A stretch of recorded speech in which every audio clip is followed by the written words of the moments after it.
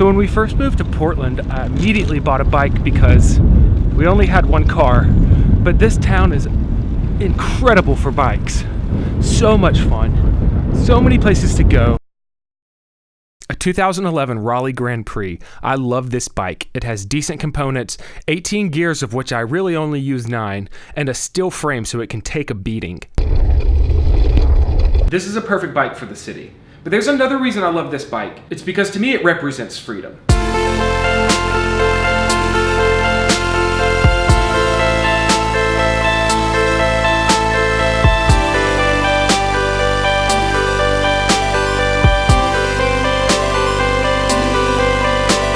Bikes were my first taste of freedom. I learned how to ride a bike when I was around 5 or 6 because my neighbor was kind enough to loan me her strawberry shortcake bike. The first bike that belonged to me was a 1986 Huffy Max Air.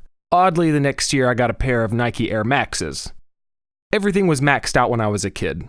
I rode that bike all over my neighborhood, to the pool, to my friends' houses. I built ramps and trails in my backyard, and no joke, even used my brother's VHS camera to film a BMX stunt show based off the Odyssey 4 class project.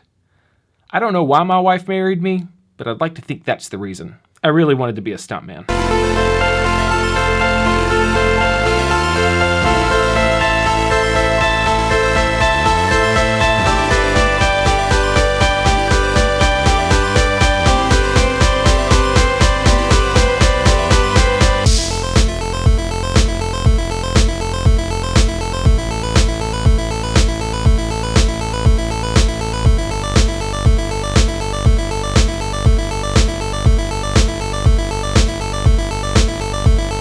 I've always loved riding bikes, but it's not because I love exercise or anything like that. It's because it reminds me of that feeling of freedom. And this could honestly be mistaken as nostalgia, but it's not. And here's why. Nostalgia, according to Merriam-Webster's, is a feeling of homesickness or a deep yearning to return to a prior period in your life. And I don't want to go back. That doesn't mean I don't remember things fondly, like sneaking into the neighborhood pool at midnight or hooking up a bunch of Xboxes and playing the original Halo multiplayer. Quick side note, I have an Xbox One. Should we play some Halo sometime?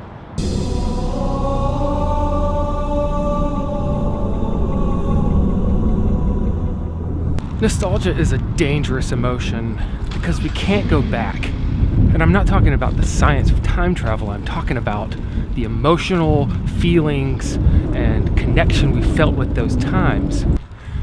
I remember seeing the original Ninja Turtles movie in the theater, and then it popped up recently on Netflix or Amazon or whatever, it doesn't matter. So I watched it and it wasn't as good as I remember, but it wasn't as bad as I expected. But to recapture that joy and that excitement I felt of seeing it in the theater as a kid, we'd need something more than time travel. We'd need some sort of anti-aging voodoo, because if you could rewind time, you still couldn't rewind aging.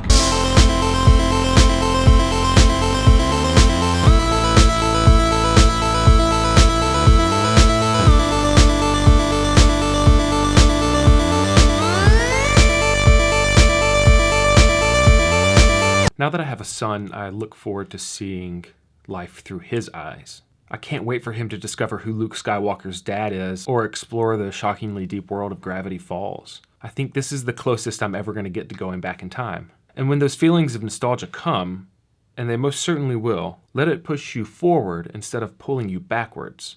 Let it be a driving force that your future self will look back on with endearment. If we can live under the philosophy of future nostalgia, then we won't want to go back. We'll only want to go forward. But for real, what if time machines have been invented and they're controlled by like an evil corporation in the future? This explains so much.